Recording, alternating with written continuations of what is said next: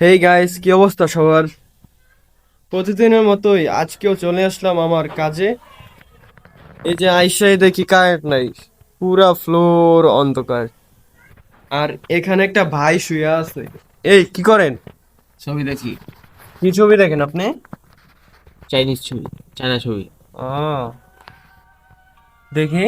এই যে ও, button phone দিয়া। ছোট মোবাইল। তো এই এই এই ফোনে কি সবকিছু ক্লিয়ার দেখা যায়? সবকিছু ক্লিয়ার দেখা যায়। সাউন্ড ক্লিয়ার আসে? সাউন্ড ক্লিয়ার আছে, হেডফোন লাগালে আরো ভালো হয়। তো 2026-এর মধ্যে আইসাও আপনি কেন এই বাটন ফোন চালান, টাচ ফোন চালান না কেন?